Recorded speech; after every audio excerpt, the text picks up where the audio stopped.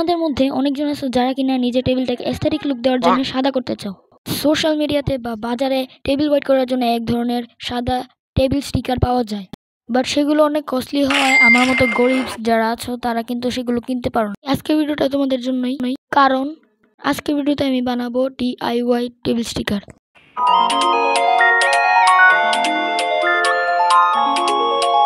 তো এইটাই সেই টেবিল যে টেবিল ব্যবহার করে আমি আগের চ্যানেলে ভিডিও বানাইতাম। তো এখন আমি আমার টেবিলের উপর যেসব হাবিজাবি জিনিসপত্র আছে সব কিছু সরাই নিচ্ছি। তো এটার মধ্যে তোমাদের দেখার মতো কিছুই নেই আজ এরা, তো এটা আমি কাট করে দিব।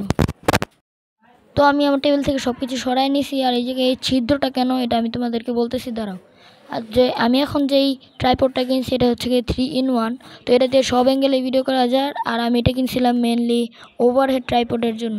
তো এটাকে এখন আমি টেবিলে সেট করার জন্য কোনো ওয়েই পাচ্ছিলাম না, এই জন্য আমি আমার টেবিলে এই ছিদ্রটা করছি।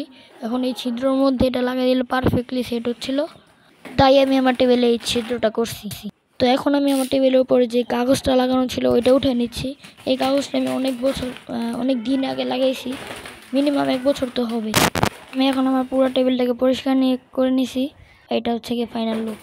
পরে আমি আমার টেবিলের সাইডে যেসব টেপ লাগানো ছিল না ওইগুলিকে উঠে নিয়েছিলাম। আর একটা ব্রাশের সাহায্যে পরে যে ময়লাগুলি আছে ওইগুলি সব ফেলে দিব। মানে হুদে আজাইরা রঙ, আমি চাইলে কিন্তু হাত দিয়ে সরাইতে পারতাম, তাও ডং করা লাগবো আমার, এই জন্যই ব্রাশ দিয়ে সরাইছি। এখন আমি নিয়ে আসছি এই জিনিসটা, তোমরা গেস করতে থাকো এটা কি, আমি তখন এটা খুলে ফেলবো, গেস করতে থাকো। তো এটার মধ্যে ছিল 4টা আর্ট পেপার। আর আর্ট পেপার হচ্ছে গিয়ে আমার টেবিলটাকে যে সাদা করার জন্য যে টেবিল স্টিকার বানাবো ওই টেবিল স্টিকার বানানোর মেইন জিনিস। এই জায়গায় আমি আর্ট পেপার ইউজ করছি, তোমরা কিন্তু আবার নর্মাল পেপার ইউজ করতে যাও না, তাহলে কিন্তু হবে না।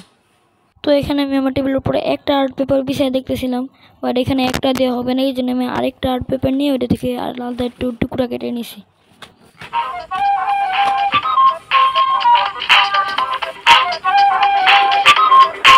তো এখন আমি আরেকটা আর্ট পেপার থেকে যে একটা টুকরা কেটে নিছি, তো ওই টুকরার সাথে মেন যে আর্ট পেপার ওইটাকে আঠা দিয়ে লাগাই দিতেছি।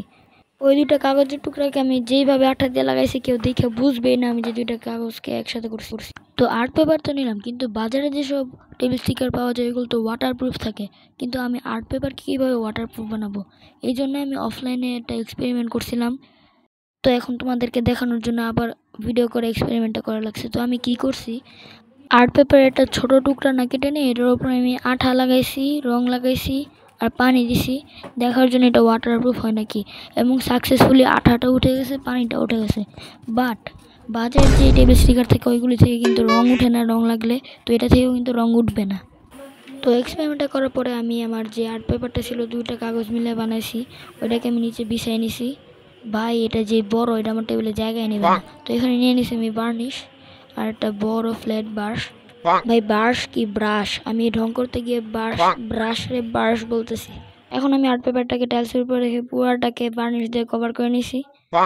ভাই আমার 6 মিনিটের ভিডিওতে আর্ট পেপারে বার্নিশ দিতে আধা ঘন্টা লেগে গেছে। আমার বার্নিশটা প্রায় অর্ধেকের কম শেষ হয়ে গেছে। আর যে ব্রাশ দিয়ে বার্নিশ লাগাইছিলাম এটা শক্ত হয়ে দেখো কি শাইনি হয়ে গেছে।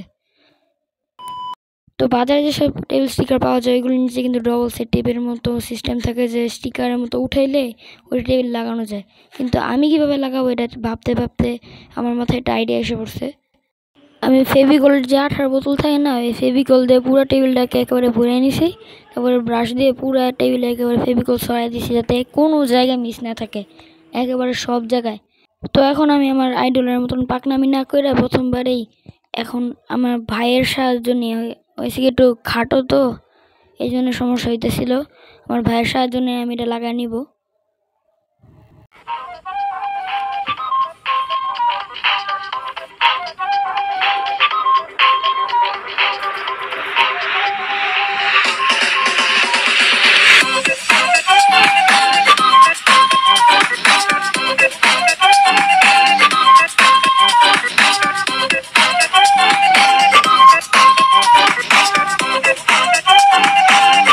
এখন আমার পুরোটা কিন্তু কভার করা শেষ আর্ট পেপার দিয়ে, আর আমি একটুখানি বাবলও ঢুকতে দিই নাই।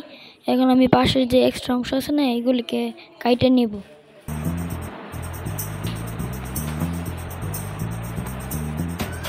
এক্সট্রা বাড়তি অংশগুলোকে কেটে নিয়ে আমি মাস্কিং টেপ দিয়ে এবার সাইডগুলি কভার করে দেবো। খালি খালি দেখতে ভালো লাগতেছিল না, এই জন্য মাস্কিং টেপ দিয়ে কভার করে নেব পুরোটা, মানে সব সাইডগুলি। তো সাইড দিয়ে মাস্কিং টেপ লাগানোর পরে আমি এই জায়গায় হোয়াইট অ্যাক্রিলিক কালার করে দিয়েছিলাম, এটা জন্য কেন জানি ভিডিও হয় নাই। আর এটা হচ্ছে গিয়ে ফাইনাল লুক বলতে পারো। এখন দেখা যাচ্ছে পুরোটা একেবারে পুরা পিওর, দোকান থেকে কেনা হচ্ছে, অ্যাটলিস্ট এটা দোকান থেকে ভালো হয়েছে। আমার কাছে তো এটা বাড়িতে বানানো সবই ভালোই লাগছে। তোমাদের কাছে কেমন লাগছে কমেন্টে জানাও। বাই।